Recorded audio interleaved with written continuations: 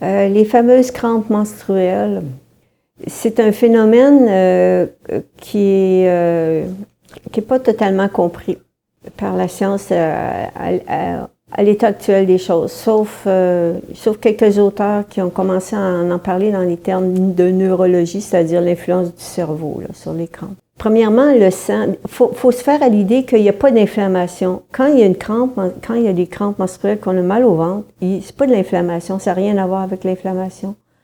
Puis faut sortir de l'idée aussi de notre tête que le sang est toxique. Le sang menstruel est pas du tout toxique. C'est des idées qui ont circulé au 20e siècle. Ils appellent ça des ménotoxines. Le sang menstruel, c'est du sang le même qu'on a dans les veines, dans nos artères. C'est le même sang qu'on a dans notre corps, sauf qu'il contient une substance qui l'empêche de coaguler.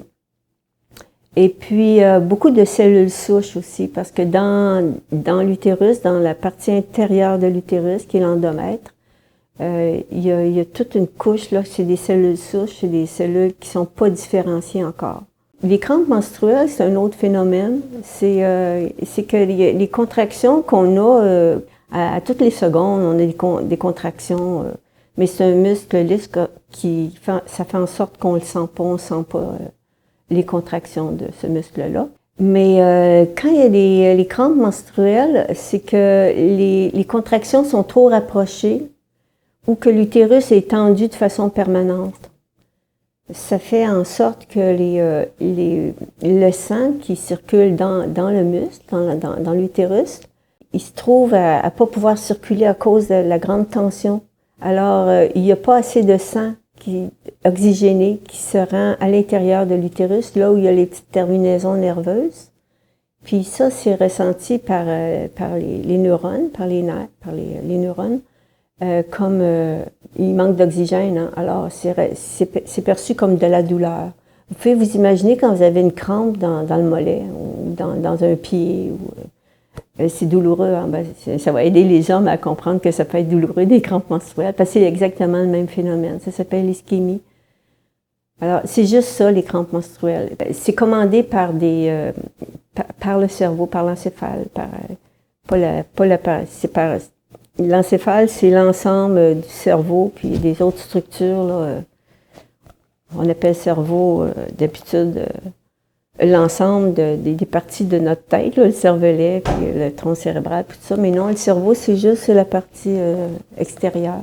Mais en tout cas, dans l'encéphale, on sécrète des substances, puis aussi, il y a des nerfs qui envoient des messages dans l'utérus qui font en sorte que ces contractions-là, qui sont trop rapprochées, puis trop continues, donc c'est un phénomène neurologique à la base.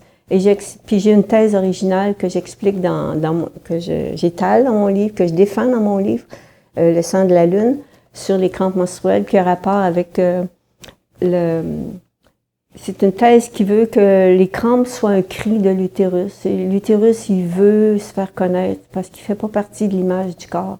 Quand on est adolescente, puis que même avant d'être adolescente, là, avant les premières règles, quand les femmes, les filles n'entendent pas parler de l'utérus, de la vulve, du clitoris, quand elles entendent pas assez ces mots-là, ou que quand elles les entendent, c'est avec un inconfort, quand elles sentent de l'inconfort de la part des adultes, ça les empêche d'intégrer leur utérus à leur image du corps, à leur image corporelle. La zone des organes sexuels, génitaux, ça devient comme une zone grise dans l'image du corps. Puis là, aux menstruations, l'utérus, il veut se faire connaître. C'est un organe important, il veut faire partie de l'image du corps. Alors, il crie, et sa façon de se manifester, c'est par les douleurs. C'est étrange parce que c'est douloureux, oui, mais c'est aussi un organe de plaisir, l'utérus. Hein, puis le clitoris, ça, c'est des organes de plaisir. Alors, pourquoi ça devrait être la douleur? On dirait qu'il y a quelque chose dans notre culture qui a fait en sorte que ça a été distordu, puis ce qui devait servir au plaisir est devenu de la douleur, tout simplement. Il faut regarder le côté social, psychosocial, je pense. Alors, c'est la thèse que je défends dans mon livre. C'est sûr, c'est une thèse, mais ça vaut la peine de l'étudier.